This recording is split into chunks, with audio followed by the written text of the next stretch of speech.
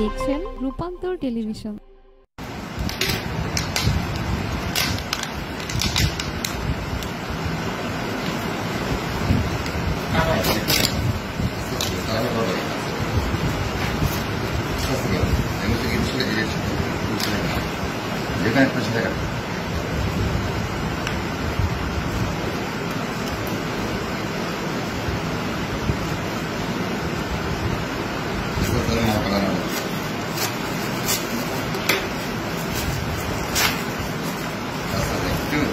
সামনে শুরু ভিডিওটা ভালো করে